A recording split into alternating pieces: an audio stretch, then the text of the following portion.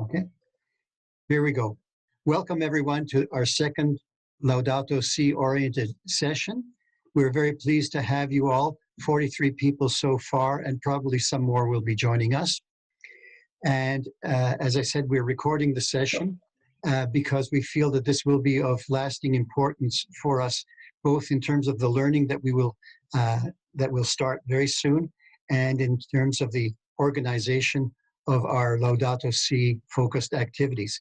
I'm going to share my screen now because it has a little bit of an agenda, and then we'll proceed on. So here we go.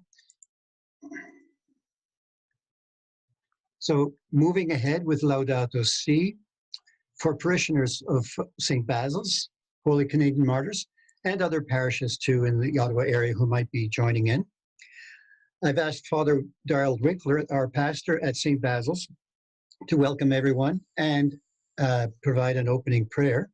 And there's a little bit of a pride of place for Father Darrell because he's the one who came up with the idea that we ought to do a series of activities in the 5th anniversary year of Laudato Si. After his welcome and opening prayer, we'll turn to Father Augusto Zampini Davies on the perspective of Pope Francis, not only in Laudato Si and Fratelli, Tutti, but as you'll see, starting with Evangelii Gaudium, which came out first. He'll do his presentation, and then we'll have a discussion. And then maybe 45 minutes from now, I'll keep my eye a little bit vaguely on the clock, but if we want to go further, we can. Then we'll turn to the issue of the action groups themselves. Our planning team has discussed this and done some initial thinking, which John Dorner will share with you. And then we'll have another discussion. And then our closing prayer.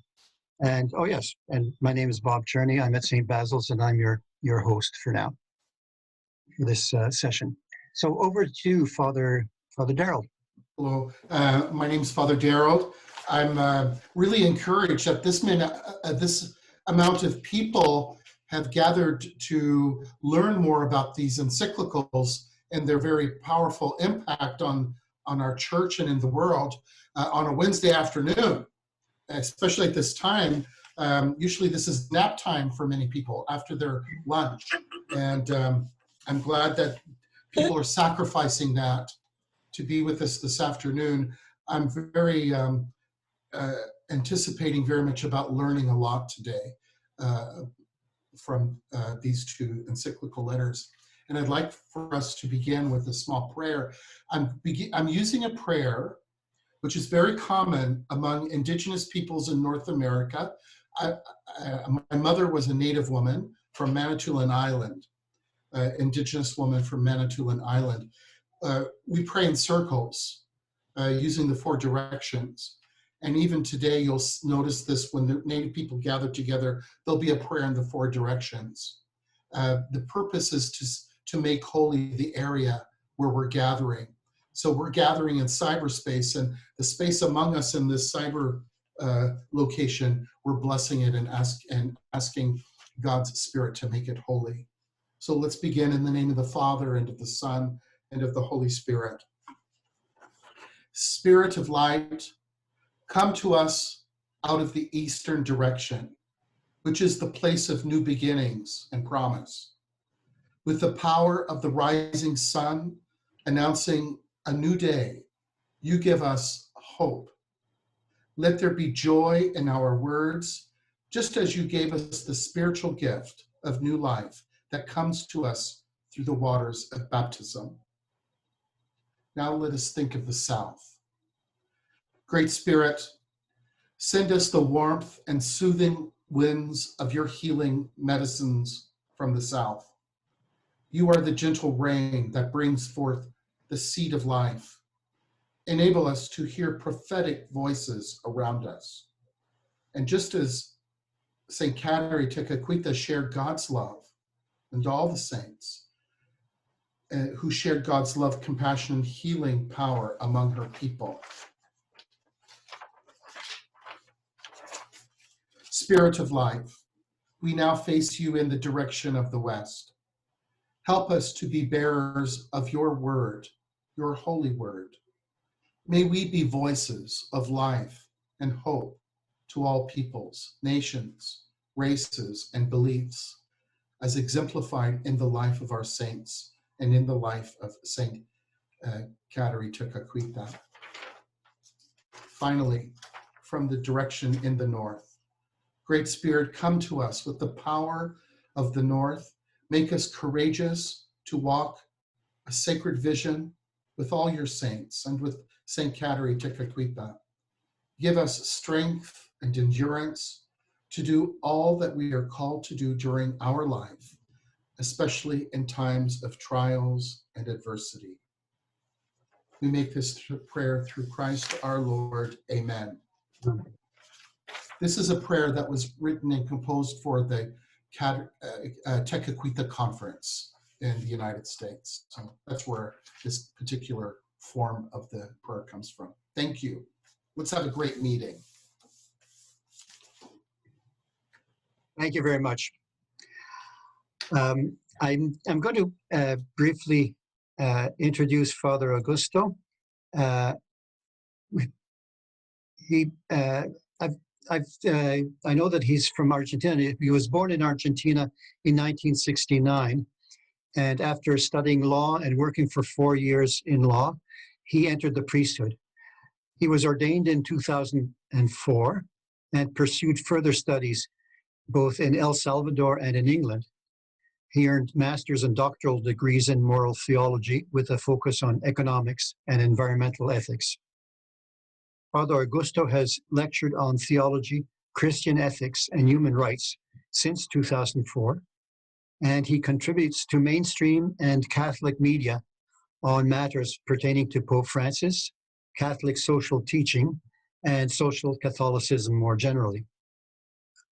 Father Augusto has worked for the Vatican's Dicastery for promoting integral human development since it was formed in 2017. Pope Francis appointed him to be one of the expert advisors for the Synod on the Amazon, which took place last year in October 2019. And he named Augusto to be Adjunct Secretary of his Dicastery this past April. So welcome. Thank you very, very much, Father Augusto, for agreeing to speak with us today. And please unmute yourself. And I think you should be able to share your screen. I hit those control buttons as well. And over to you. Very much looking forward to hearing from you. Thank you very much, Bob. Can you see the screen? Yes, we do. Okay. If you turn it, yes, there we go. Now it's even larger. Good. So thank you for the invitation. And so I had, this is the almost, it's past 8 in the evening here in Rome. We started with, it was a very early, I mean, a very late, a very long day, and but meeting with all these people, different people, and Vatican officers and UN. So I'm delighted to end the day with normal people.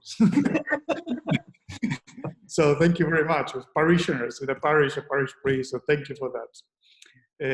And I will offer. I mean, there are so many things to say and so many ways to present Laudato Si and Fratelli Tutti.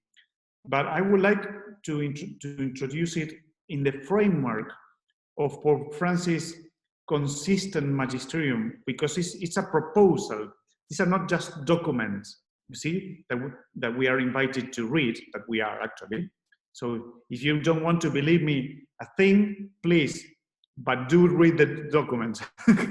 But these are not just documents to read, because sometimes they're long, no? The people, they don't have the time. But basically it's an invitation for a different lifestyle, for a different world, and a different world that we can be part of, that we can prepare that different world, that future. So I hope that at the end of my presentation, you will be a bit excited about this proposal of Pope Francis, not just as the document, but as this consistent and very strong and radical proposition of being a church in a world that is in crisis. Is that okay? More or less, this would be my approach. So here we go. So as you might know, and if you don't know, I'm delighted to tell you. So let me wait 1 second. There is a trilogy that inspired the Pope Francis. Pope Francis is the first, not only the first Latin American Pope, but he's the first Pope in taking the name of Francis. No? That's why it's not called Francis the First, because Francis, just Francis, Pope Francis. If there's another one, it will be called Pope Francis the Second, but just Pope Francis. And he clarified, because there are many Saint Francis, so he clarified that he has taken this name from Saint Francis of Assisi. So, there's in these years, 7 years of his pontificate, there's a trilogy of messages that are synthesized in three documents, inspired, the three documents, by Saint Francis of Assisi. And each one is related to, they're all interconnected, but one is related to the church, how to be church, no? And you have here, no, in the left of your screen, Pope Francis's hands with others. The other is how to look after our common home, our planet, how to live in this planet that is crying out, and how do we acknowledge that we are part of creation and we are responsible for God's creation. No? And the third one is, but we are also a community. We're not just a community of Christians in the church or creatures, but we are a community of human beings. So it's not that so how can we live as a human family in a global world that is as interconnected as ever? So can you see the three things? And now I will show you the three things, however, are in trouble, because the church, well, you can say with all the sex abuse scandals, financial scandals, with lack of vocations, the church is still alive. But, no? And remember that when Pope Francis was elected, the majority of the cardinals, then one of the reasons they elected Pope Francis was, well, we need to find somebody who is not of the Roman Curia, outside, who is from a country where the church is alive, but still in problems, no? Who is a pastor, because we want to rediscover this flavor of being a church, a pastoral church. Also, when Pope Francis was elected, the ecological crisis was increasing and increasing and increasing. We have been living that for some decades, but to a point that we are at that moment, and now it's even worse, but at that moment we were reaching some tipping points of no return in some ecological damages to some forests like the Amazon, or to the Arctic or the Antarctic that you can see shrinking. No? And also a world in trouble, because although we don't have world wars, we have the problem of migration, we have the problem of conflicts all over the world, we have the problem of nuclear weapons, we have the problem of an unfair globalization that has forged or foment increasing inequality. So it's very nice to say, Pope Francis, the church, how to live with creation, how to care for each other, but the three are in trouble. But the good news for all of us, and now for you especially, is that you can see the consistency of this papacy. The trilogy inspired by St. Francis. The first one, how to recover, how to boost that being the church led by the Holy Spirit, a renewed church, a church that reaches out and is not trapped in the sacristy, a church that is like a hospital filled. This was before the pandemic, no? A church that is closer to the poor, to those in need, a church that is not shy in promoting different models of development because the current ones are unfair, unsustainable.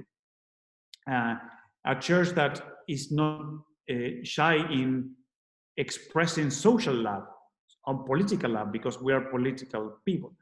So all this, a church that is in the world and for the world, who suffers with the world, who works for the world, as a community of Christians and baptized, of course, but it's not isolated from the world. That is the idea of the Vatican Council, the Second Vatican Council in the 60s, that you might remember better than me. But this idea, how can we express it now? And look at this. When Francis of Assisi heard his vocation, he heard Jesus saying, ve e repara la mia chiesa, go and repair my church. No? And he thought, Francis of Assisi thought that God was calling him to repair a church, the building of a church. No, that was in ruins at that time. I don't know if you have been to Assisi, but then he later discovered that God was calling this young man to repair the church as a community, not just the building of that particular church in Assisi, but the church as a community. That church was becoming a belligerent church, going to crusades to impose the faith, a church that was becoming very rich and was fixed on power and money. And this young man received this call to repair the church, not just the building, but the entire thing. Imagine if you received that call. But he created a community, no? He created a different way of, a refreshed way of being church. And he has and he did his job and has rejuvenated the church at that time and still is doing it now. I think that Pope Francis, so Francis of Assisi and Francis of Rome, the Bishop of Rome, no, as he introduced himself when he first appeared in the balcony when he was elected, no, the Bishop of Rome, emulating or echoing Francis of Assisi, his first important document is an apostolic exhortation to the whole church that is called Evangelii Gaudium, the joy of the gospel. And this is the way of repairing the church. And in that document, he said, I want the church for the next years to go this way, not that way. I want the church to reach out, to make an option for the poor, to be in the world, for the world, seeking for a new model of development, strengthening our communities, strengthening our capacity to dialogue with others. I want the priest to prepare the homilies. There's an entire chapter. So you have the right to, if Father Darilon doesn't prepare, you say, but Francis says that you have to prepare it. I'm just joking. I'm sure he does it very well. But I want the church to see all the things that we would love about the church. But it's a programmatic document. When he set out the lines of the church that he envisions based on the Vatican Council, but inspired by Francis of Assisi. A church for the poor, no? A poor church for the poor, and all that all those phrases that you normally listen in the media or us priests repeating, most of them are coming from Evangelii Gaudium. Most of them. But then, do you remember the other thing? But the word is crying out, and we were reaching an unprecedented ecological crisis. And I'm emphasizing unprecedented is but never ever before in the history of humankind we have been in this situation. Never. So nobody knows exactly how to respond to this. No, because we need new ideas. Nobody has a unique idea. We need everybody. We are all part of the problem. We should all be part of the solution. And we need new contributions. And the church has been saying some things, previous popes, a lot of bishops' conference, but the Pope says, okay, we have to say something. And again, he took the inspiration from St. Francis of Assisi, who was the saint who was praising all creatures. This is a hymn, a song. I'm sure you sing it in your parish, no? Laudato Si, o mi Signore, no? Laudato Si, o mi Signore. So, So this was a hymn of Francis of Assisi, and are the first lines of the first social encyclical of Pope Francis, and the second strong document of his papacy, that is called Laudato Si, on the care for our common home. Look at that, it doesn't say the title Laudato Si Signore, because the encyclical is written for Christians, other religious people, and people of goodwill, and everybody in the planet, because this is for all people who inhabit the planet, our common home. So Laudato Si, you have to pray something, your God, nature, or something, as something outside yourself. Laudato Si on the care. It doesn't say on stewardship. It doesn't say, it could be a difficult word for people. Everybody understands what caring means. Am I right? You understand. What does it mean to care for your children, to your grandchildren? What does it mean to care for your students? What does it mean to care for your parishioners? To care for your house, to care for your dog, to care for your garden, to care for whatever you like. You understand what does it mean caring, and you don't understand when you are not caring. So this is the brilliancy. Care, everybody can understand the care, and common home. Just like the planet. The planet is okay, but it's a home. It's the only home that we have, I'm afraid. And in the home, oikonomos, economics, is destroying our common home. So we have to change it, and change it radically. No? So Laudato Si, praise be to you, my Lord, on the care for our common home. So how to live as people, as important creatures, created in the image and likeness of God, but created to care for God's creation. And we are not at the center of creation. The center of creation is always God. You know, this anthropocentrism, that we are the center. We are here to very important creatures, the most important ones, but representing God, to care for what he has created, not to destroy it. And amazingly, the cry of the earth, the cry of the poor, they go together. We'll go back to it. So how can we respond to these cries? And the third one, do you remember the first problem was the church? Look at this. We go and repair my church together. Well, how do we live in a creation that we are destroying? A new way of understanding our being in the creation, a new way of being church, a new way of understanding our being or living as creatures in the planet. But we can neither repair the church nor care for our common home if we keep fighting against each other. Am I right? You can see that at home, in the parish. So, and Fratelli Tutti. This is another expression of Francis of Assisi. All brothers and sisters. And he created a way of living as brothers and sisters, not as a hierarchy important. No, he created the Franciscans. So inspired by Francis of Assisi, Fratelli Tutti, brothers and sisters all on social friendship, on universal fraternity, universal solidarity.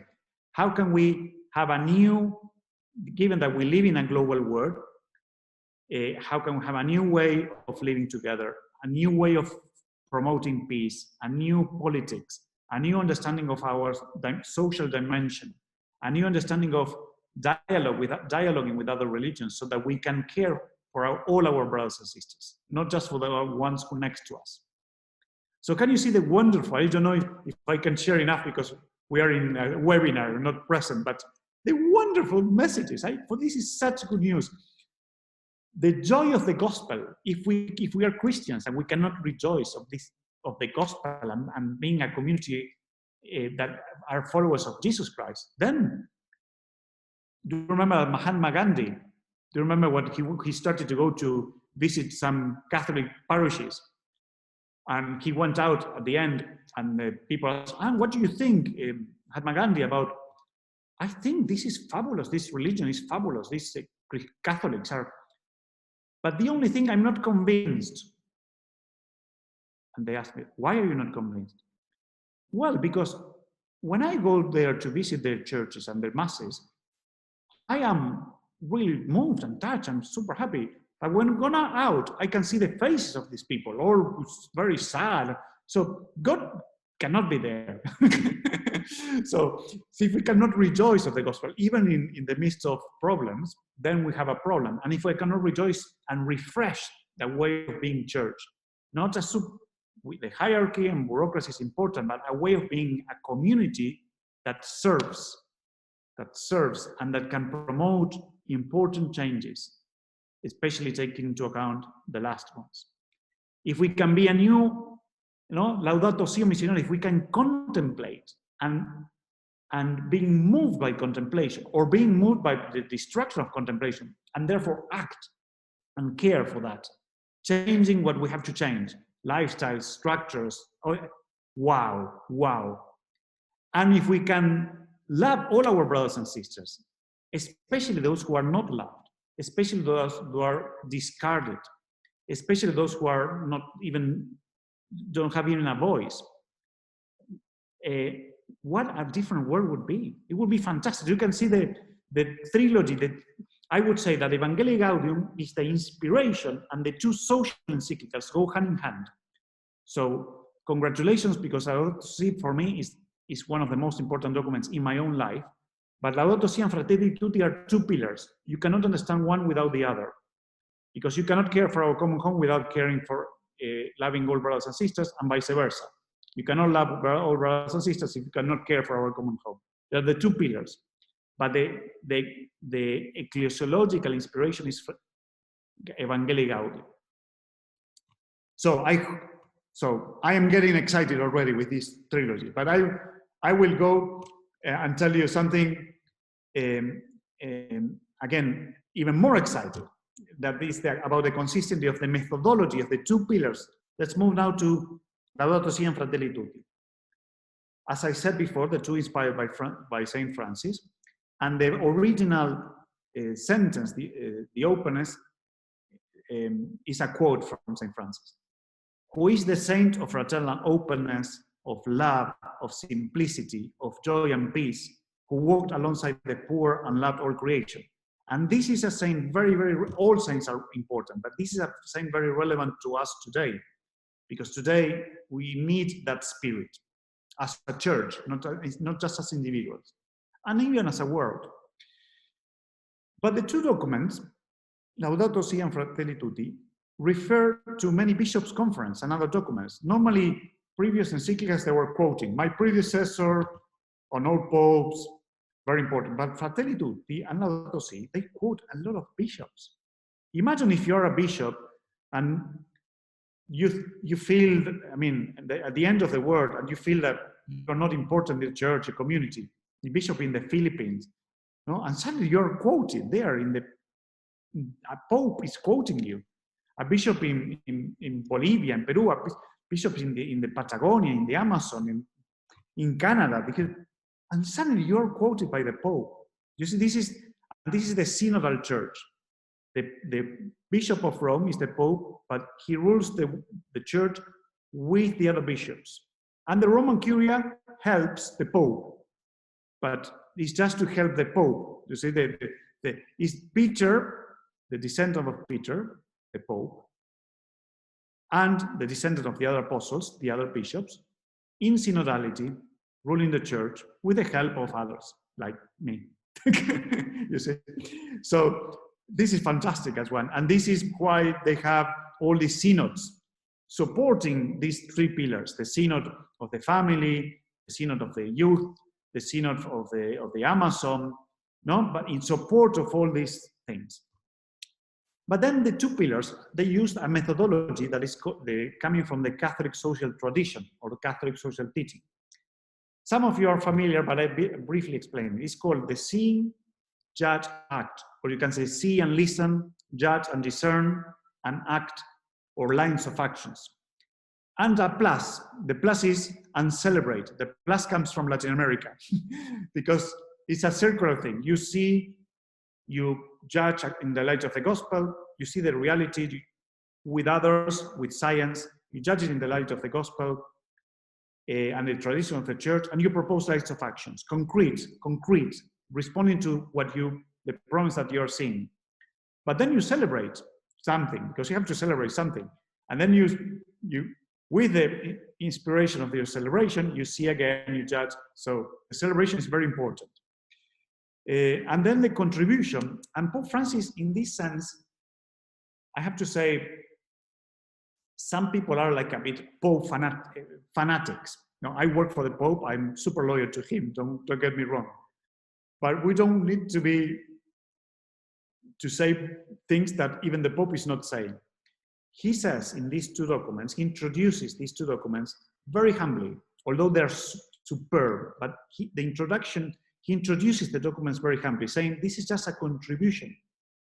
I don't pretend, says the Pope, to solve all the problems of ecological crisis or the global politics. But it's a contribution to the ongoing reflection. So he acknowledges the tradition, to an ongoing reflection of the church and the world. And the aim is to provide a vision for action, no? An inspiration for transformation, a motivation to promote the change that we need. So on what? On the way we are treating the planet, integral ecology, on the way we are treating each other, universal fraternity. You can see. So if you ask me in one word, the way we treat creation, the way we treat one another. But this is a contribution to improve substantially, radically this, by addressing the problems, the most urgent problems that we have, not just by talking. And he's unashamedly Christian. He's not shy, but because he presents the best of the Christian tradition in dialogue with science, in dialogue with bishops, in dialogue with movements, in dialogue with other churches. He quotes science people from other faiths. So because he's proposing a church in dialogue, he could be unashamedly Christian. And this is a good for us, for parishioners. I mean, because when we take the best of our tradition, we can be like Jesus. Jesus was proposing this for everybody. The parables are for everyone, not just for us. Are universal. Everybody can understand. So it's a proposal for all. And I'm getting also excited, you see, while I'm presenting this. It's absolutely fabulous. The two documents, therefore, they respond to the current crisis. It's not just the Pope one day waking up and say, what can I do today? No. These are the two main problems of the world. So the Laudato Si, the common home is crying out, alongside the poor. This is what we are saying. So much so, I don't know if you remember, Laudato Si was written in 2015. The same year that more than 190 nations, at the end of the year, agreed, signed one of the most important, relevant, and it will be we will remember forever that the family of nations has ever achieved. That is the Paris Agreement on the Sustainable Development and the Sustainable Development Goals, where all nations said, this is the goals for the next decades, because otherwise we will destroy the planet. And Laudato Si was written before for some reason, you see.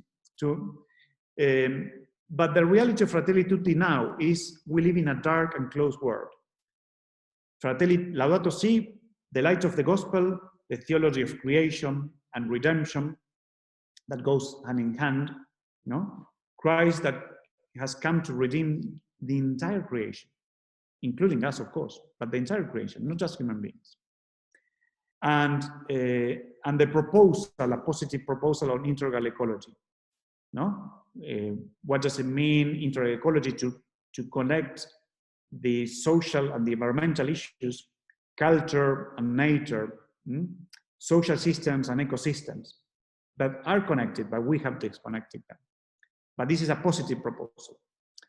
In Fratelli Tutti, he does the same, but with the entire chapter on the Good Samaritan, judging the dark and closed world with the chapter of the Good Samaritan.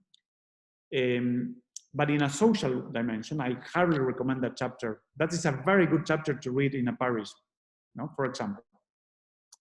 And the positive proposal is envisioning and engendering an open world, a world without borders. You will see, I think, echoing, you see, Doctors Without Borders, but I said, well, everything without borders, because actually if we are a global, in the globalization era, we need to think, well, borders will still exist, of course, but what does it mean?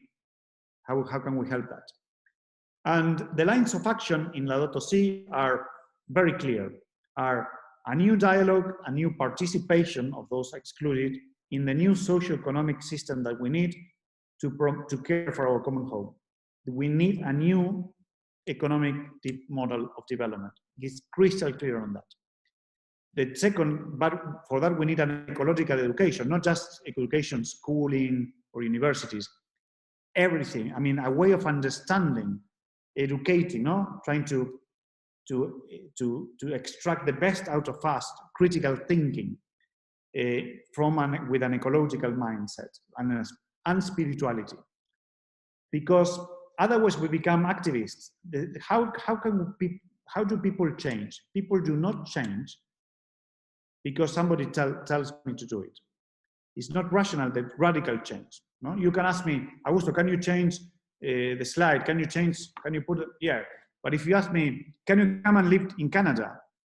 Well, I have to think about it. And even if you ask me, well, can you, I don't know, can you go and change your entire vocation? Well, I need to, so if the more radical and important the change, the more it has to be from the heart, not just from the mind. And this is, anthropologists have studied that one of the most influential ways of change, of behavioral change, is or are religious celebrations, because it gets out of you. You share. You are more open to listen to things. You normally celebrate something from the past, looking for the future. So you have a different understanding of time. So spirituality, contemplation, also contemplate. Spirituality is very important. This integral ecological spirituality, and applying that in our lives, that is the main driver that we need and that we can contribute. So the good news for all of you is, well, how can I contribute to change the world, to stop the ecological destruction? This is UN stuff. No. You, ordinary parishioners, can provide the change. If we do this in every single parish, then we are halfway of having a different world. But the Pope is, again, humble and invites all the traditions, all the faith traditions, because we are all interconnected, to do the same. And I tell you what, we have never been so busy in the Vatican, because everybody calls us, now everybody wants the faith, and because of Pope Francis, everybody wants us. So this is happening.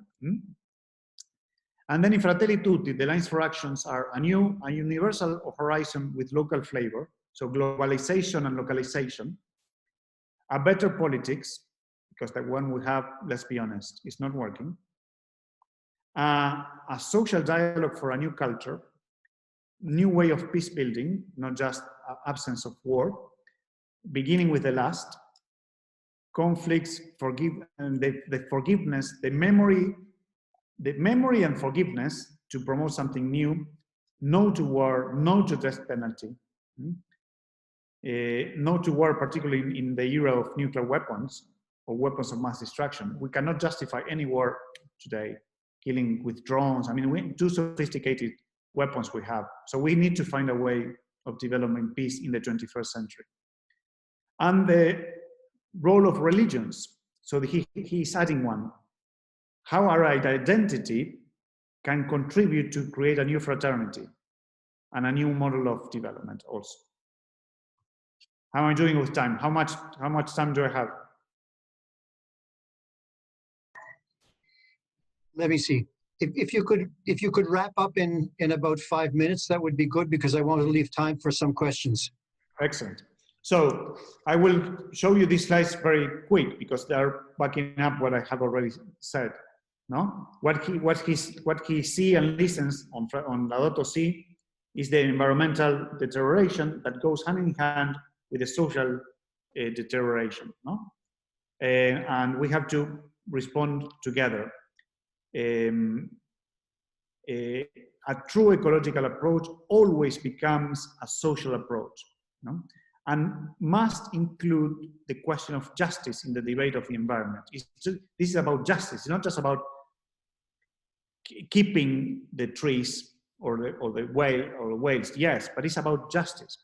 And it's not just about sustaining the environment, because life and nature is not just a sustaining. Life is life, nature is life-giving. So it's not just about not destroying or sustaining. It's about how can we find a system that is life-giving, like nature, you see? This is what he sees in Fratelli Tutti. He's seeing that a unified world is divided, and society has become more globalized, but not necessarily more, we are neighbors. We are brothers and sisters. Individualism is the worst virus that we have at present. Individualism, you can see it even in the north part of the Americas, and here in Europe as well, but in everywhere. So because today the sense of belonging to a single human family is fading. At the beginning, you remember the 80s and 90s, it was a bit, okay, and now it's fading. How can we ignite it?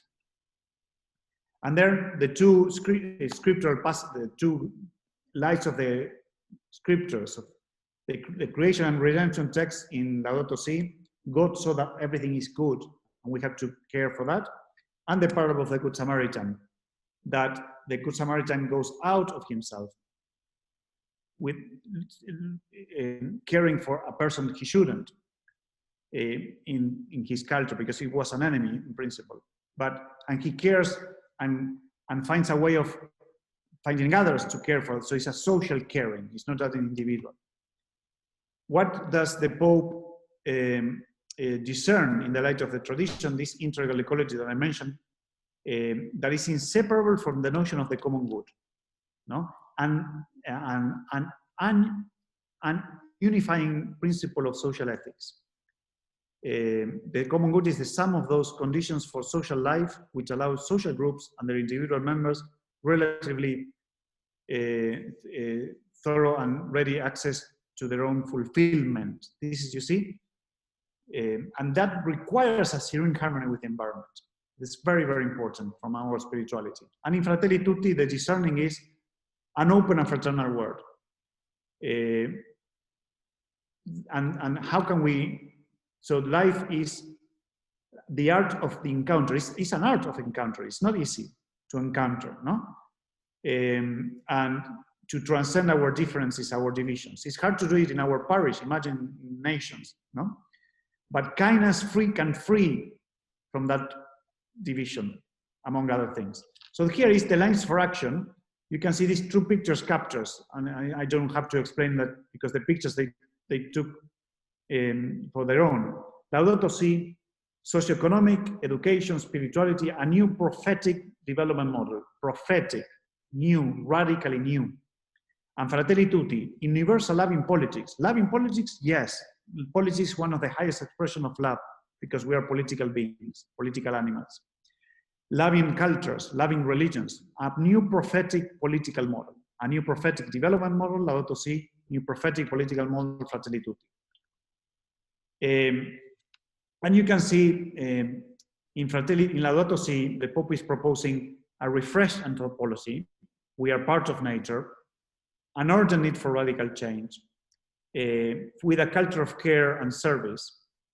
And in Fratelli Tutti, he's proposing, again, emphasizing the social dimension of the individual. The individual is okay, but that leads to individualism, and which is transformed politically in neoliberalism. The social, the popular dimension that we are people is okay, but hold on, popular doesn't mean populism. You see? So in between is this, but we are social beings, and if we manage to be a people and a united peoples, we can allow individuals to flourish. Otherwise, that won't happen. So the universal social cohesion, for which we need a political economic challenge and a new culture of encounter, a universal order, the respect of human rights, the interreligious dialogue to do that. To wrap up, my last slide would be, the Pope talks a lot about dreams, but let me clarify that. in all the Querida Amazonia instructor on dreams, and in Fratelli Tutti he comes again to dreams and dreams. And it might sound, again, in the Anglo-Saxon culture, I lived a lot in the UK, but I'm from Argentina, we might have a different perception of dreams. Normally, I don't know in Canada, but in England, when you say, oh, you're a dreamer, it's like, remember even the John Lennon's music, no? You may say, I'm a dreamer, but I'm not the only one, no? A dreamer is a person who is there, is thinking in the utopical world. No, for Pope Francis, a dreamer is not like that. A dreamer is more an existential dreamer. It's a social dreamer. I dream with others. And I dream with others is a biblical dream, where you dream in something that is possible because God is there, the Holy Spirit is there in the dream. As Saint Joseph, the husband of Mary, no? He dreamed, boom, he cared for her family. The dream, we can dream together as people, and we can do it. We can do it. So, as a single human family, as fellow travelers with the same flesh, we have all the same flesh. There's no division of colors, cultures, nations. Yes, of course we are divided, but we are all human beings, for goodness sake. So let's walk. We have serious problems. We cannot resolve these global, serious, universal problems isolated. We need to do it. We don't have any choice. We don't have any choice. This is not, it will be better. We cannot address a global issue individually. Individually, it could be as a nation. An example is the vaccine. Is it not totally irrational that some countries are thinking, no, let's first my people, but you're a fool. If your neighbor is infected, you will need another vaccine. It's either we vaccinated everybody or nobody. Can you see? Climate change, ecological destruction. No, I will care for my region, but you're again a rational fool, as a Martyr would say. Because if we don't care for the entire planet, sooner or later you will be in problems too. So global inequality. Well, I don't care because I'm a privileged person. Well, again, you're a fool, because sooner or later you will not be privileged, or if you continue being privileged, the gap will be so high, so big that you won't be able to enjoy your privilege any longer. So we are fellow travelers in the same flesh. We need to address these global common problems together, and we are children of the same earth, of our Mother Earth, that sustains us and governs us. That is, mother is a sister, as Saint Francis of Assisi used to say, and as Pope Francis, the Bishop of Rome, normally reminds us. Thank you.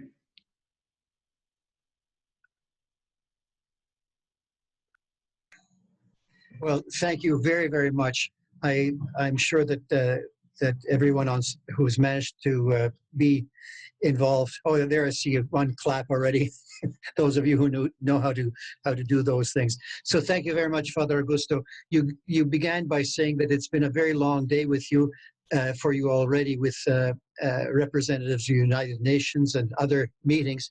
But I think that this is a unique opportunity for us to talk to somebody who is close to Pope Francis and is so enthusiastic and knowledgeable for the direction that he is defined. So I would like to squeeze every last drop out of you before you fall over asleep. And if that means that we have to rearrange our schedule and have another meeting where we talk about the actual practical outcomes, let me just say that I hope that the most profound thanks that we can give you is that the people involved already, and those friends of ours whom we talk to and influence, that we all turn to action towards the goals of Laudato Si and adopting the social, political kind of perspectives of Fratelli Tutti to manage to get there. That would be proper thanks to the contribution that you've made to our thinking today. So thank you very much. And I would like people to either use the chat or use your hand up sign to indicate that you would like to, or or putting your hands up too, although I have to go back and forth over the screen to see people. So, so if you'd like to make a comment or ask a question, please keep it short. We don't want Father Augusto to fall over asleep too quickly. So here we go. Oh, these were very nice thanks already coming to you. Mille grazie, Padre Zampini, somebody says. So I think they know how to talk to you. Okay, who wishes to ask a question? Either I know that there's two people here who share your status as a priest, and perhaps if Father Darrell or Father Tim has a particular question that they'd like the answer to come from Rome rather than trickle through the the chain of command. No, you're shaking your head. Well, I have a question for you, Father Augusto. From what you've seen or heard of around you in Rome, let's say, or elsewhere in the world, I wonder about some success stories, things that individuals have done, or things that groups have done that you think are really striking about how they're putting Laudato Si into action. Do you have some favorite examples? Sure, many examples, but just to say, for example, all the young people from all over the world, rich and poor alike, who have made this campaign from divestment from fossil fuels. And now you have dioceses, but first start the parishes, dioceses, and other organizations, and even companies, entire companies, and even countries or cities divesting from fossil fuels and reinvesting in renewable energy or in other things that have positive social and environmental impact. That is a huge success. Had it been for these young people and many Catholics, no? And one of them, I mean, a group of them they are in the Global Catholic Climate Movement, and they have Laudato Si animators. So these Laudato Si animators are animating their own communities, and that, for me, that has been a success. Another success are changes in some schools. For example, we have more than 200 schools in India. I think they belong to the Salesian families, the schools, but that the school, and thanks to the children, have managed to change the entire curriculum, change the entire school, the entire understanding of the school and the relationship with nature. So that's another success story. A closer to you, more academic-like, would be Georgetown University, that they are in a journey that is, of course, not in an overnight because it's a long journey, of becoming a net zero university. Not just in the way they use, they consume it, but also a Laudato Si oriented one in the curricula, etc. And many examples from dioceses, from parishes, from England and Wales, from Scotland, from Argentina. One success story is it's called Cuidadores de la Casa Común, so carers for our common home in Argentina. There are people who are who have lived their sentence in prison. They are going out of prison, of course, without jobs. But then they started to create new things. They create new things and they create new energies, and so you can see the social and environmental thing together here. But I have millions of stories, so I will stop here because I can talk forever. Thank you. Here's a question from one of our participants. It seems that the Catholic world has been slow to react to Laudato Si. Is Laudato Si also slow in reaching certain other continents? For example, the Arab world or Asia? What's your perception of how it's getting around? Oh, and I do have one question. When you mentioned the university that is going to net zero, can you repeat which university was that? I didn't catch the name. Georgetown University. Oh, Georgetown in Washington. Yeah. Okay. So back to the question here. How is Laudato Si spreading both within the Catholic world and more broadly? Normally, the encyclicals, they don't have an immediate acceptance because they are radical messages that they have to be digested by people.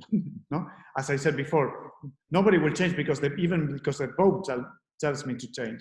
So you have to digest it as a community. It's a change. That's one of the reasons it has been slow, because it's a deep change, and it requires time.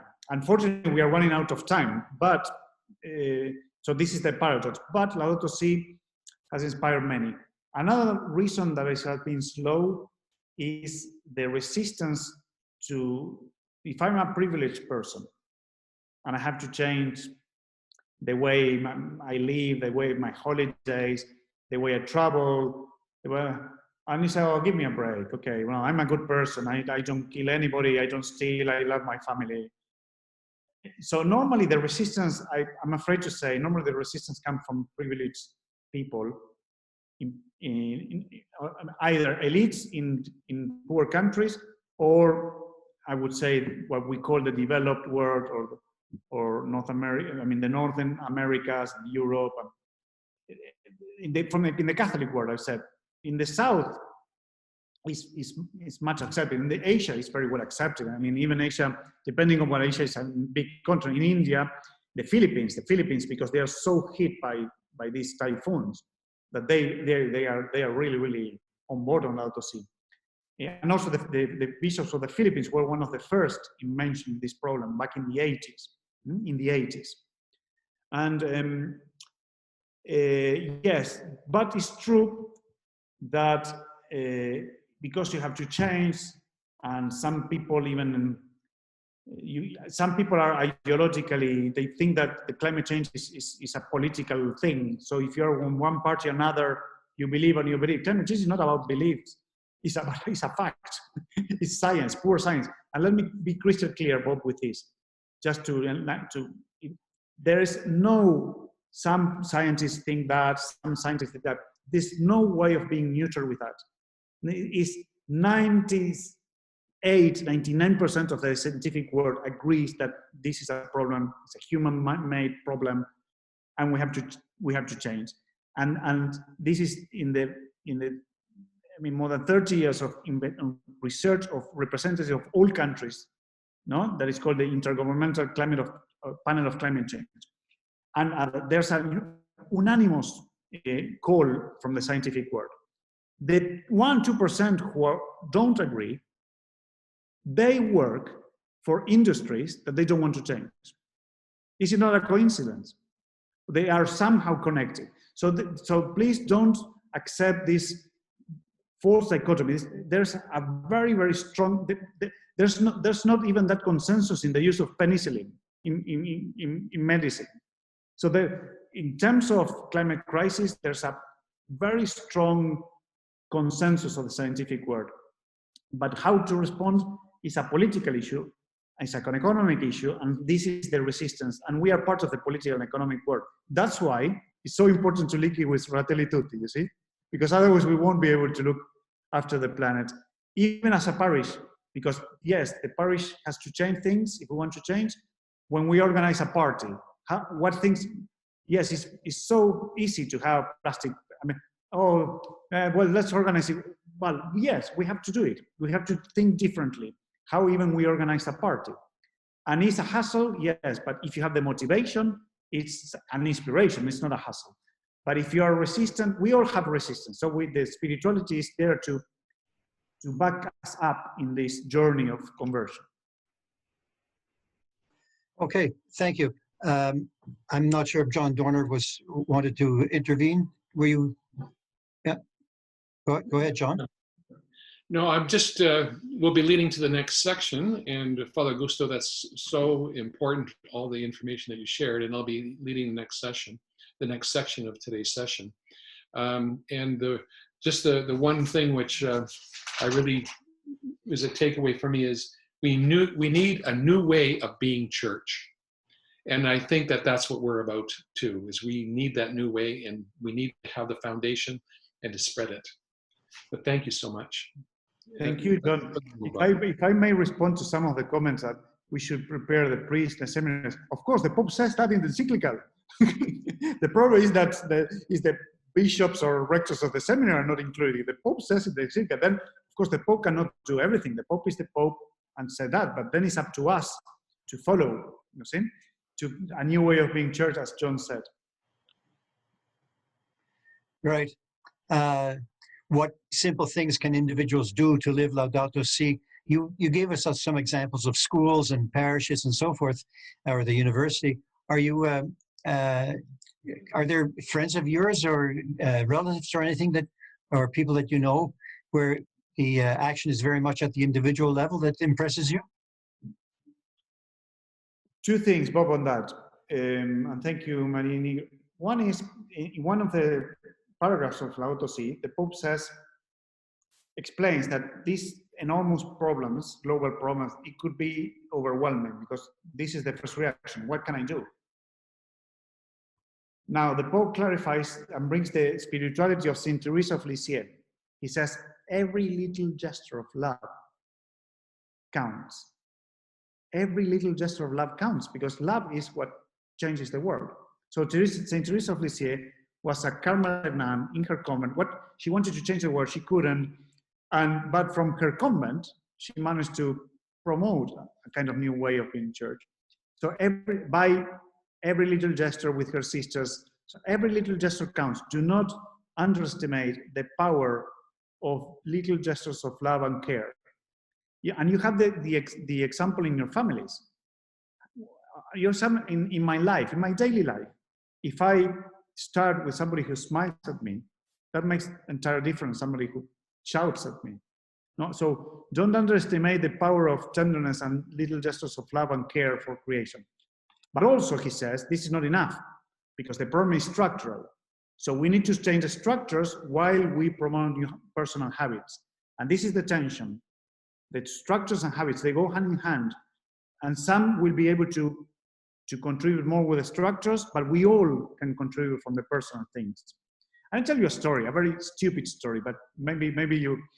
So when I was working in CAFOD, in the development agency in London, I love motorbikes. You see, I'm mad of motorbikes. Totally irrational thing about motorbikes. So I started to go on my bike to work. Suddenly I discovered that in the car park, my bike was the only bike. There were so many bicycles. No, I also like cycling because everything is two wheels. I love it. So suddenly I discovered I was the theological advisor to promote Laudato Si, and all my colleagues were taking public transport or were going. The car park was almost empty. They were taking public transport or bicycles, except the theological advisor. So they helped me. You see. This is a tiny little thing because, as you know, bikes do not pollute a lot because that's why they have. But it made me think. They helped me in this tiny little thing, and ever since I started to commute on my bicycle, my push bike. Now here in Rome, it's a bit more difficult. It's a bit dangerous, the bicycle. But at least in London, this is the link with the structures. You see, a city that is promoting more cycling is easier than a city who is not promoting cycling. For public transport, a city with good public transport can do a lot of good, even for elderly people.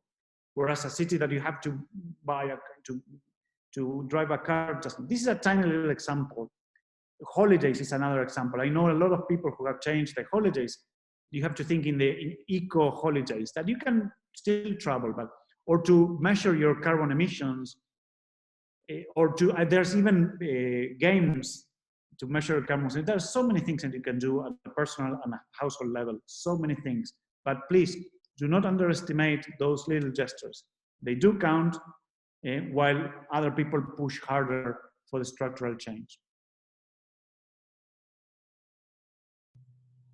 Well, thank you very, very much, Father Augusto. I think ending on that very personal note, please, if you have to take public transit or your bicycle to get to your bedroom, I wish you. I'm in the office now in the Vatican, and the doors close in 10 minutes, so I really must go. I have a pushback today, yes, because today I had the Laudato Si talk with you, so I have to use the bicycle. Thank you very, very much. And I hope that one day we'll have the occasion to call on you again, and you'll again be as generous with your time and your views on our world. Thank you very much, Augusto, on behalf of all of us. Ciao.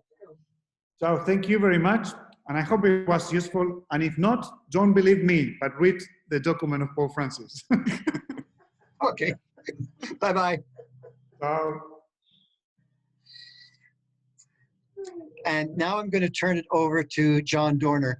I don't think that we should abandon our plan. We need to proceed with moving along to action groups.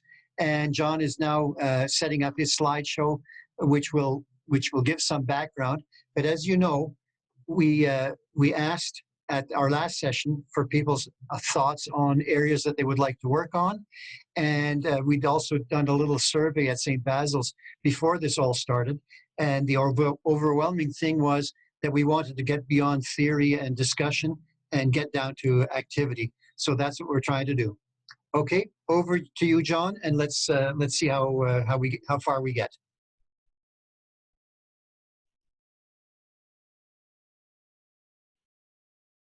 Okay, you're probably going to be unmuted in a second. Okay, can you hear me now? Yes, I do. Okay, and then I'll get back to what I started here. Slideshow.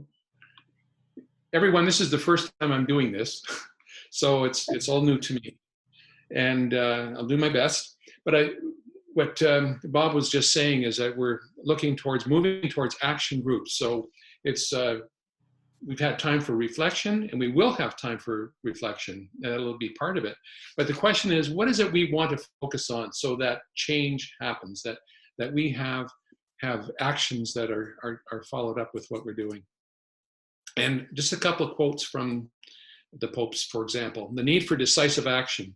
The pace of consumption, waste, and environmental change has so stretched the planet's capacity that our contemporary lifestyle, unsustainable as it is, can only precipitate catastrophes, such as those which even now periodically occur in different areas of the world. The effects of the present imbalance can only be reduced by our decisive action here and now. And that's from Laudato Si. Now, Pope Benedict has some words too. He said, who's responsible? We are all responsible for the care and protection of the environment. This responsibility knows no boundaries. And so when I'm dealing with people in my work, it's important for them to know that previous popes also set the stage. And as Father Augusto mentioned, that these encyclicals take time to kind of get really in action, but people do make the changes over time when there is that will. So our responsibility as Canadians, and Father Augusto had mentioned about fossil fuels and so forth, and that's an issue that we're dealing with.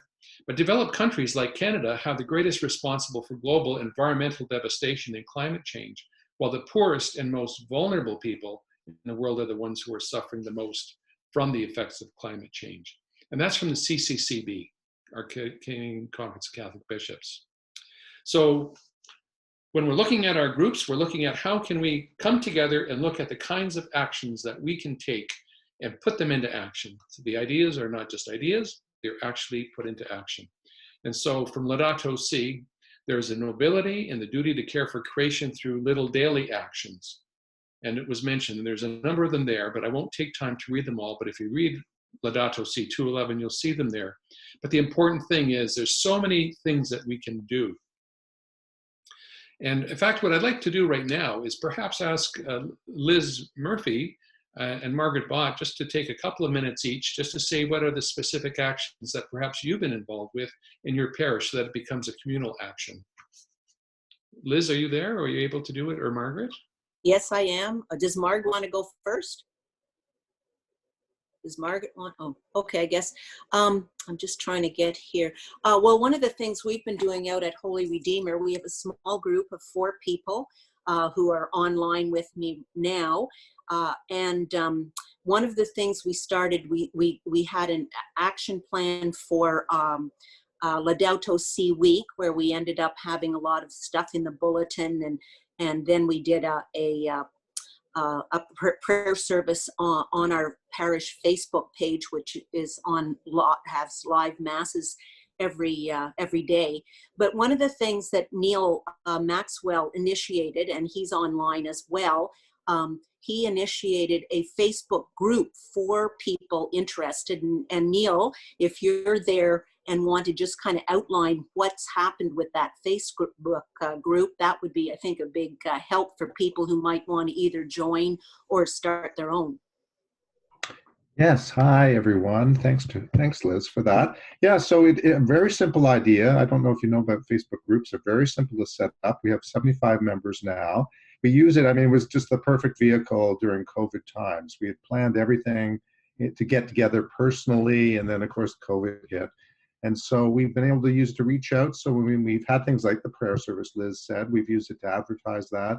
We've shared many different resources, some from interfaith groups, some from various different sources. So we've had some fun things. We tried a trivia night. We've had some, nature pictures and little contests to caption the nature picture. So it's very much trying to be an online, vibrant community in a time when we just can't be together personally. And certainly if any of you would like to join it, all you have to do, if you are a Facebook person, is just look for Holy Redeemer Canada - Our Common Home, and you're welcome to join and post any interesting articles or things that you feel would be of interest to people who care about the cry of the earth and the cry of the poor. Thank you very much, Liz. I'm just intervening here on behalf of John and myself. We wanted to have a couple of examples saying, yes, we really can do these things. And Margaret Bott spearheaded activities at St. Basil's. So if she can come in and just give a very brief outline of what she got started before. Okay. Bob, okay, can you hear me? Yes, we can. Okay. I'm just going to report about the Green Team of St. Basil's. We started October 2017 under the auspices of the Parish Council, and we became members of the Green Churches Network because it has a focus on spirituality, education, and action. And that seemed to be somewhere that could lead us. So we started small way, publicity announcements, green tips on the bulletin board. We designated the church and parish hall as no plastic, no water bottle area. We reorganized our kitchen and with the CWL and our green bins and that thing. We participated in various groups like Give It Up for the Earth for the citizens of public justice. Earth Day, we did the cleaning up of St. Basil's. We've done that twice. We participated in World Water Day, Earth Hour, and share the journey with the development of peace. We've had some speakers, including Richard Pominville. I think you know him, John. And then last year we had Eric Schiller come from OSWAG, which is the Ottawa Water Study Action Group. And we've also reached out to our neighbor, the United Church, and we just got started a little bit with that last year. And then, of course, we're closing with this virus. But we did, oh yes, we are part of the energy benchmarking program that the diocese recommended that we join. So because of the shutdown, we hadn't really done much during this time, the summer, but then we've started creating a newsletter. So one edition has gone out and the next edition will come out next week. And we have a theme, and the theme of that is going to be waste. So that's a little bit of what we've done. Well, thank you. Okay. That's a lot that you've done at St. Basil's. There are 6 people on the team, yes. And it's important that we look towards bringing people into the whole picture, particularly those that are involved with the conversion process. It's quite a challenge, sometimes to get everybody involved, but you certainly have set the stage for so much to happen and to get people involved. we were talking that the purpose of this section is to look at the formation of action groups and how do we want to put Laudato Si into action. And so we're looking at starting action groups according to the interests that people have. And as I mentioned earlier, you'll be receiving a survey later this week to indicate your topic preferences. As it says there, at least 3 other people we will need to have the same interest as you. So we're looking at groups of 4 or more that can connect together to begin planning their activities. So we'll see how that goes. Now, there are a number of action group topics that we have listed that will be on the survey. And you'll see 4 on this first page here. And actually, if you did watch the TED Talk, you'll realize it kind of fits right in there. Because what Pope Francis talked about in the TED Talk was, number 1 for him in the TED Talk was education, and then it was water and nutrition, and then it was energy. And so what we're seeing is that these topics can be of help in looking at things. And it's like water, for example, is a universal human right. Do all people in the world have access to drinkable water? No. With respect to food, we're dealing so much with a throwaway culture of food in our culture. Much food goes to waste as opposed to being shared with people who need food. And as Pope Francis said in his TED Talk, I quoted this one, food waste is like food being stolen from the table of the poor. So there's different things like supporting local farmers as well. And then the issue of energy. And that's a tough one because in Canada, the petroleum industry is looking, because of the falling down of prices of oil and so forth, they're looking for government subsidies. And so the question is, in keeping with the words of Pope Francis, we're to reduce our use of fossil fuels over time. And as Pope Francis says, we need to start now.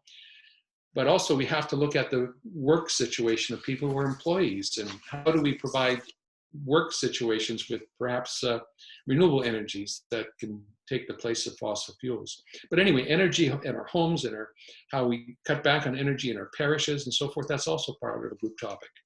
And then the education awareness issue, public education awareness, as it says there. In the TED Talk, what Pope Francis said is, my first suggestion is to promote at every level an education geared toward care of our common home, an education based on scientific data and on an ethical approach. And youth play a significant role there.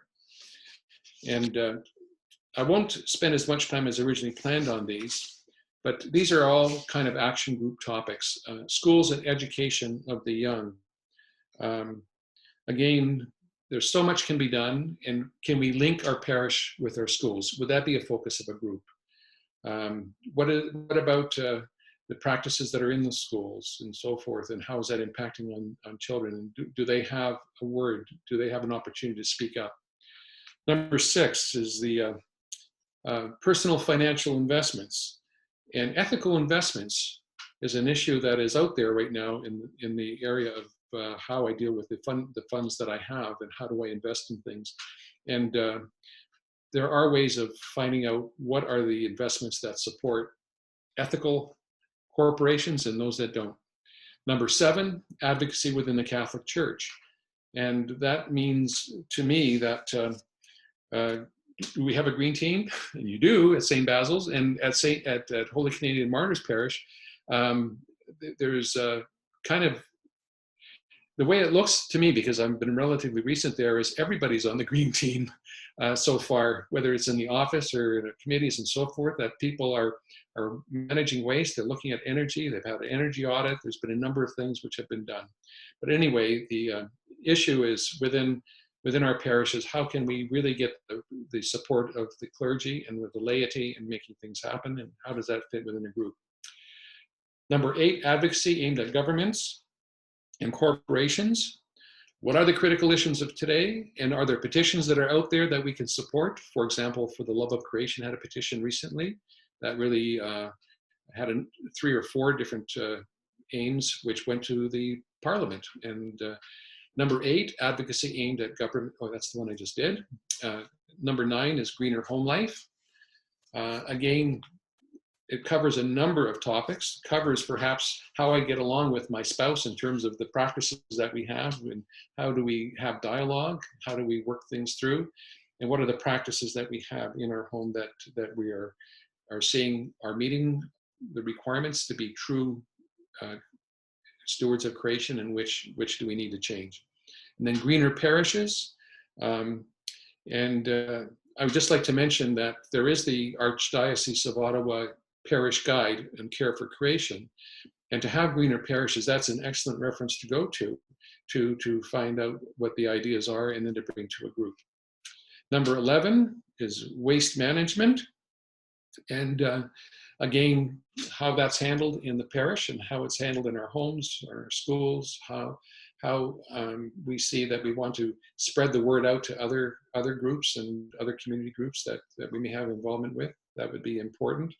I might add there that the City of Ottawa has what's called Waste Explorer on their website, and it shows anything you have that you want to let go of, be it waste, be it recyclables, be it whatever it is, be it something that can be reused. It gives you direction as to where to bring it, if it's something that can be reused, or how to handle it at the curbside.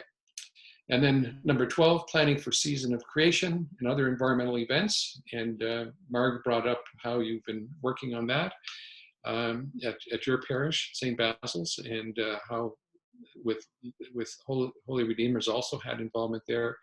And so has Canadian Martyrs. But again, it's important to plan well in advance so that it really becomes a part of the culture. Conversion.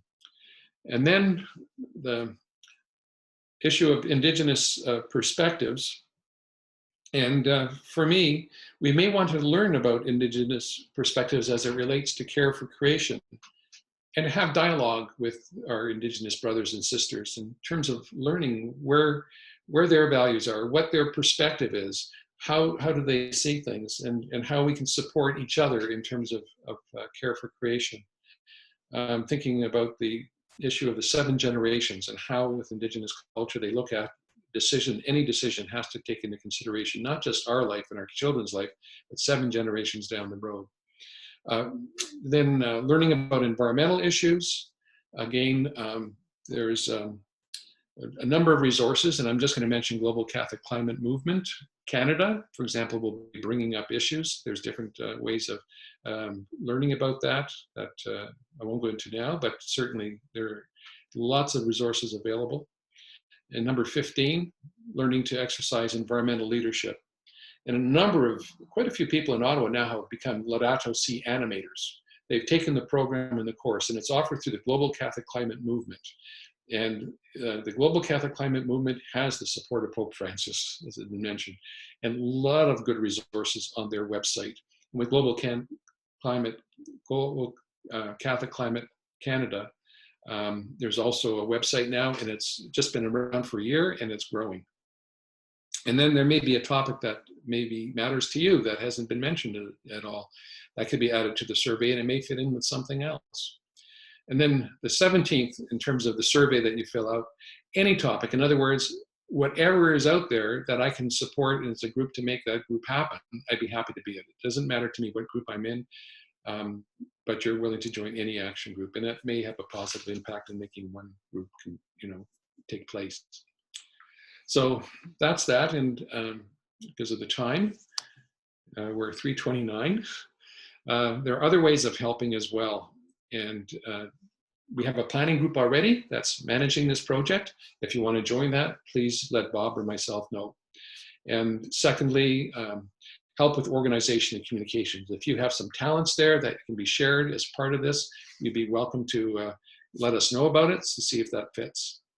So next steps, the survey will be sent to you. Choose a topic or topics of interest to you. Send the completed survey to St. Basil Parish. Thank you, St. Basil's Parish, for looking after that. Number 3 is we put together action groups and inform each group member. So we'll try to form that and get back to everybody. allowing you to, number 4, meet with your action group colleagues to organize yourselves. And again, plan, help for planning is available. And then plan and carry out your activities. And then later with this larger group, we can come together and report and share the ideas of what has been undertaken and what the impact of that has been in terms of our living out Laudato Si through action. And as it mentions at the bottom there, members can be from multiple parishes or no parish at all.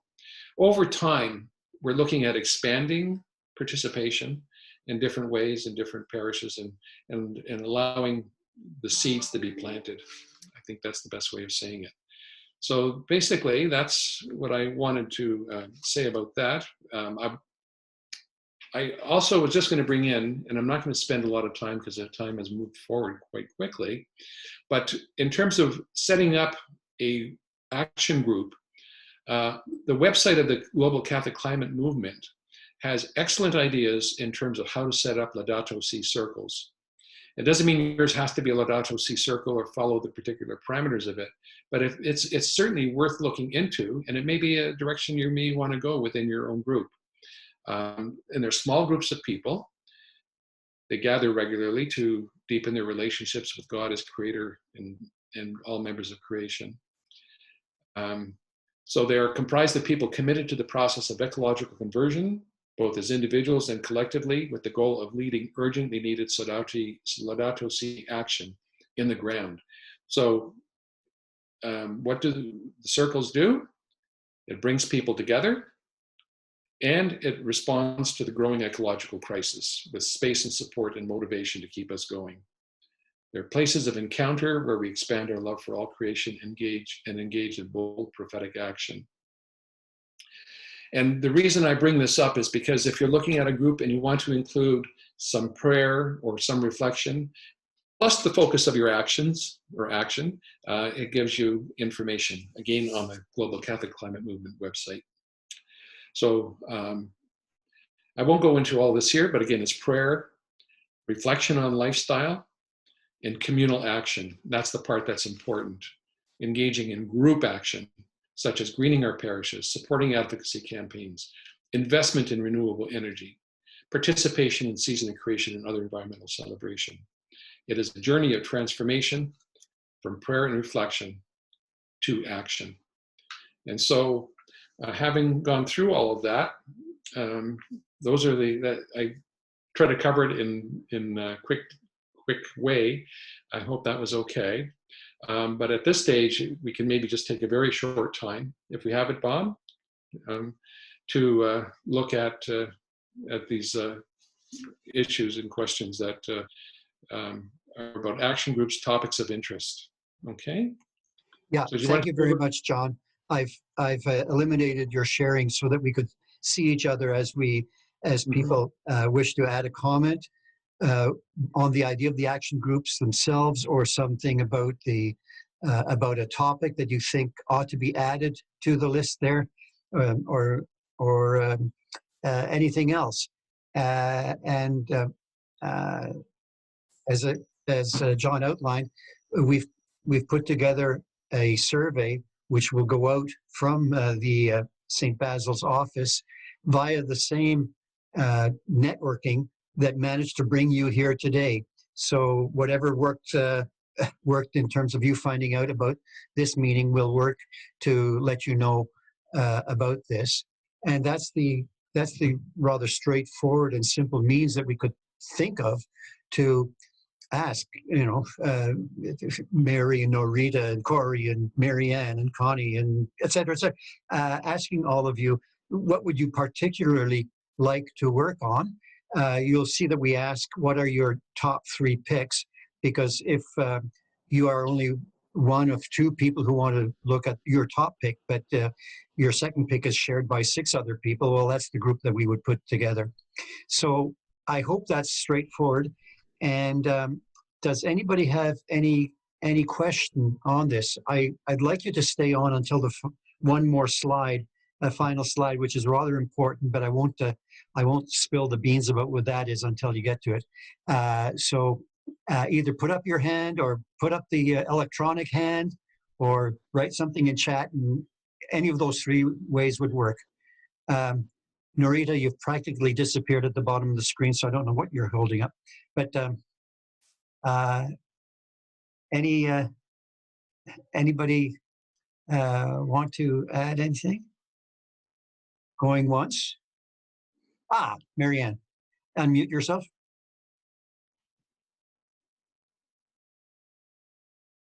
One idea that occurred to me as John was going through the list of possibilities, but it wasn't actually directly mentioned there, is the idea of food security in terms of encouraging gardening, vegetable gardens, fruit gardens, whatever.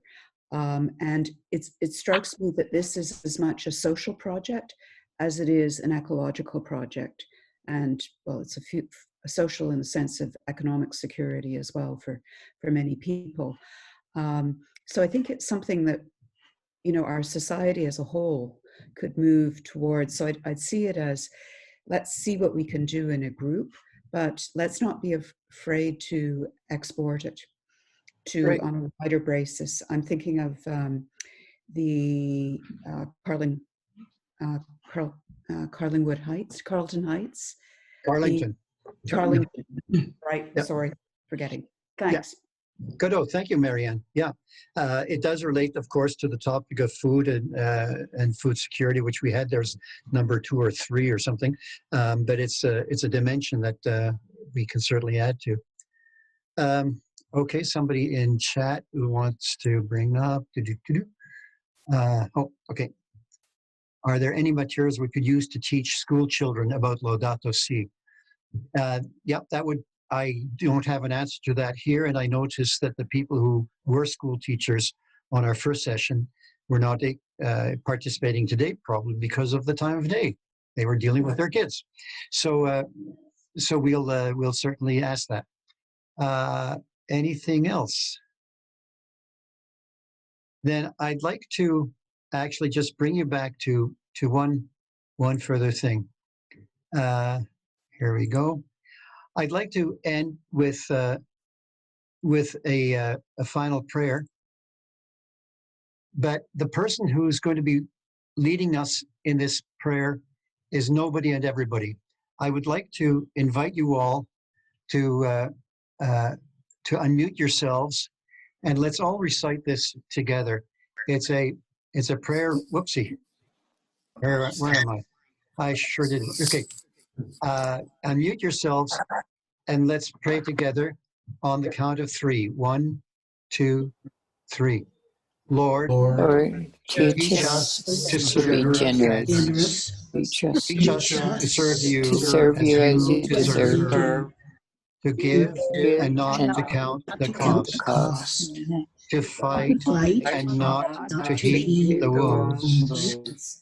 To toil and not to seek for rest. To labor and not to seek for reward. Save that of knowing that we do your will. Amen. Amen. Thank you. Thank you very much for your attention today.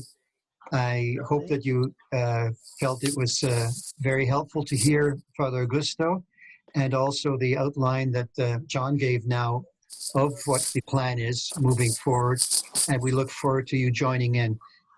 Does anybody have a last point? Liz, go ahead, you're unmuted. I was just wondering, I noticed that you're recording this, John, and I came in a few minutes late. Sorry, John, Bob. Will we get a copy of this? Because the slides were absolutely excellent, both Father Augusto's and John's. So it would be most helpful, I think, going forward if we take, are at some point able to do this with our parishioners live, to be able to share that, or even not live, Zoom. So will we receive a copy? The copy will be available. What I anticipate is that it'll be on the St. Basil's website. It's simply a question of the fact that we have 1 or 2 technical helpers in the parish who know how to do that well, and rather than making it a piecemeal approach to making sure that it goes to each of 50 people or whatever. We just tell everybody, here's where you can find it. But I want to second your point. I first saw those slides about 10 days ago, and I was overwhelmed by what I saw. And I anticipated that it would be an even better experience with Father Augusto explaining them. And I figured that this would have lasting value, because all sorts of people can benefit from understanding that sweep from the first document to the second document to the third document, and what it says about the proposed direction of the church. And secondly, just to have a reminder of what the action groups what they ought to be doing in our initial conception. Of course, we'll learn and vary them and so forth, but it'll be helpful as well, because there were about 50 of us at the beginning of the session today. Now there's I think there's 40, and so there's all sorts of other people within our parishes or friends of ours outside these 4 parishes, because it's St. Basil, and Holy Canadian Martyrs, plus Holy and Liz, yours. And so that other people can join in as well. We're not limiting this in any way. So thank you, Liz. Is there anything else? Can it be put on YouTube? You know what? That's up to the techie people. Whatever technology they use, it could be a private YouTube channel. I scarcely even know what that means, so I don't know. Well, we have a YouTube channel already, and I'm not sure why we couldn't do that on the YouTube. The only thing is, I'm not sure about privacy issues. Maybe there are people whose photographs are on there and they don't want their photographs on the internet. So I'm not sure how to deal with that part yet. I don't know if we can just have just the screen with Father Augusto and his slides, because there's a lot of people on here who may not want for privacy issues to be seen. Maybe they're supposed to be at work right now, and they're cheating. They're watching TV, watching interesting things. Maybe that's a good, or maybe they're supposed to be working on their homily. Who knows? Who knows? So this is where we can see if through technology, if there can be an editing of it so that that is safeguarded.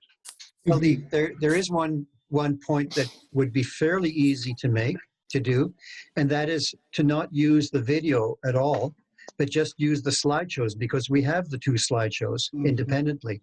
So I probably bet you can have Father Augusto in one compartment and the slides in another. And the same thing with John Dorner as the thing progresses, and just his slides in the other. And that's something that we can ask, some people in our parish to work on. Yeah. Well, Father Augusto is, of course, not online anymore. He's somewhere having his limoncello, and because it's already 9:45 in Rome. For us here, it's 3:45. And is there anything else that anybody needs to ask or add to this? Somebody wants cat videos too. Jeez.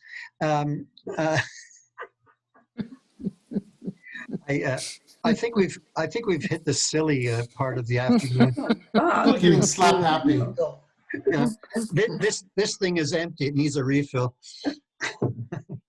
Thank you very, very much, everybody. Thank you again, Father Darrell, for initiating this whole thing, and for being the supplier of the Zoom version with the license, so that we actually can do these big things and not get cut off after 40 minutes.